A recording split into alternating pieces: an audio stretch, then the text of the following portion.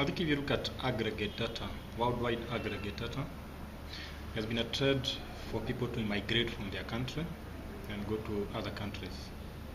And that's driven by a number of factors. One of them is definitely the internet. More than any other time in the past, we have more and more young people seeing and understanding opportunities that are there beyond their country. So through the internet, a young graduate can, for example, know where jobs are available in his area of specialization. And they are more than willing, probably, than us and our forefathers and fathers to try opportunities elsewhere. And there's nothing unusual about that.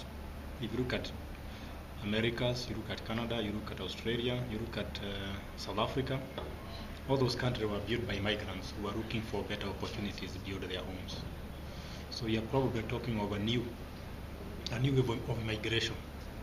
The only difference now is that instead of the immigration being drawn by land and expanses of land in Australia and elsewhere, people are looking for intellectual land, new areas where they can exercise their intellectual capability, their professionalism, and so on.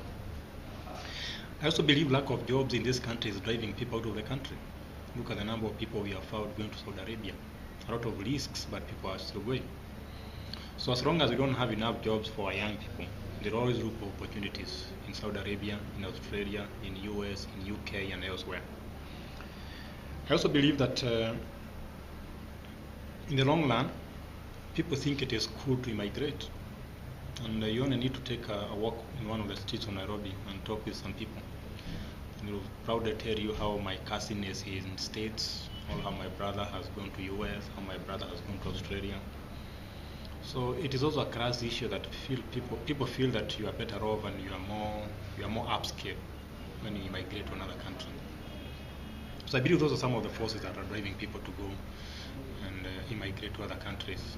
And if you check the pattern, most of the immigrants go to countries that are doing better off economically. You don't find people going to Democratic Republic of Congo or immigrating to Somalia or countries that are having bad economies. They're usually attracted by economic opportunities. Of course, one more thing I'll probably mention is a lot of this immigration is driven by social connections. You're more likely to migrate to another country if you have a brother there, a relative, or a neighbor, particularly if the person has been economically successful. So immigration begets migration.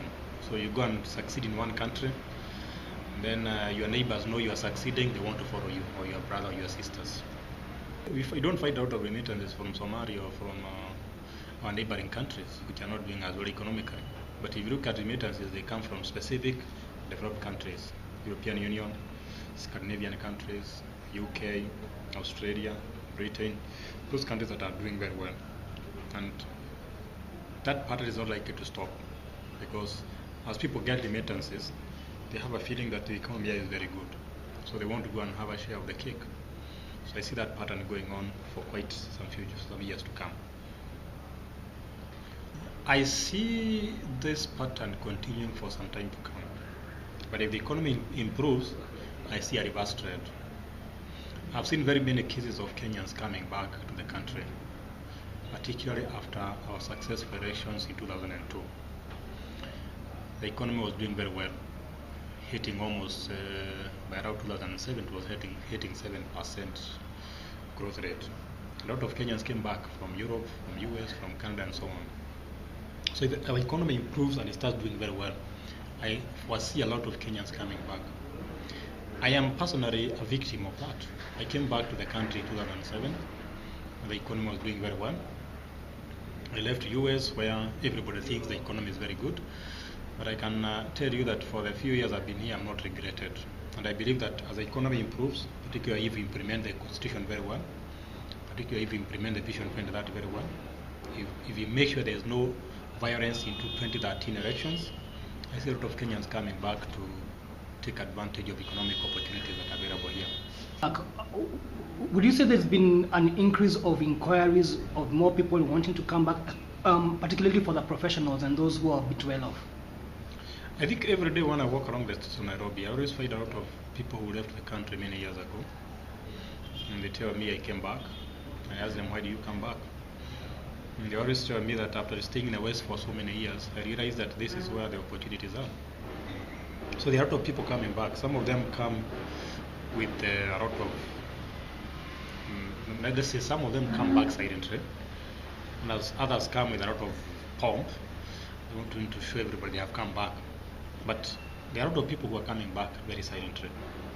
And they are driven by the fact that it is easier to make money in this country, contrary to what people think, than to make it in UK and other countries. It might be easier to get a job in the US or in the UK or in France, but it is not as easy to start your own business. Most people have a dream that one day they will start a business. It is much easier to start a business here, to be your own master than being employed by another person. Because they eventually realize in Europe or UK that one day, or even Canada or US or elsewhere, they eventually realize that one day they will age and they will not be able to work as hard as they work today. Remember that most of the Kenyans who work in these countries don't have very glamorous jobs. They work in low-end jobs. And sometimes they have to work 24 hours to make ends meet. So they eventually realize that as they age, that is not going to be possible. And they want to look for stable employment in Kenya or stable businesses in Kenya that will take them through the later years of their life. So they are just being rationed by coming back. And I expect that pattern to continue as time goes on. Okay, and finally, what do you feel the next elections that we are getting into will portray for this country? Would it make it more attractive if it goes very well? What is your feeling about it? I think Kenya has a golden opportunity to portray to the world that we are a mature democracy. And I want you to look at what is happening in Ghana today. Everybody is talking about Ghana as a mature democracy, as an example of an African country that can solve its problems.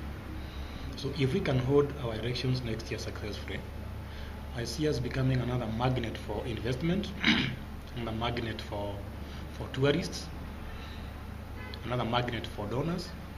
So the way we conduct our elections next year is going to be very, very important. Remember that nowadays everybody looked at this country with the 2007 post-election violence in mind. So by holding successful elections next year, we have a chance today to rest the ghost of 2007. And if you look at Kenya's economic trend, there was a big upward trend after 2002. The economy enjoyed an upward trend for a period of about 5 years. And if we hold peaceful elections next year, I see the same economic growth pattern being repeated. I see our image improving. I see our blood, the Kenyan blood, improving. That will be good for all of us. So I think 2013 is going to be very important for all of us. I hope the politicians, as much as they are antagonistic to each other, I hope they are going to realize that at the end of the day, whether they know DM or PNU or whichever political party, they are all Kenyan political parties. And we all have a common destiny as citizens of this country.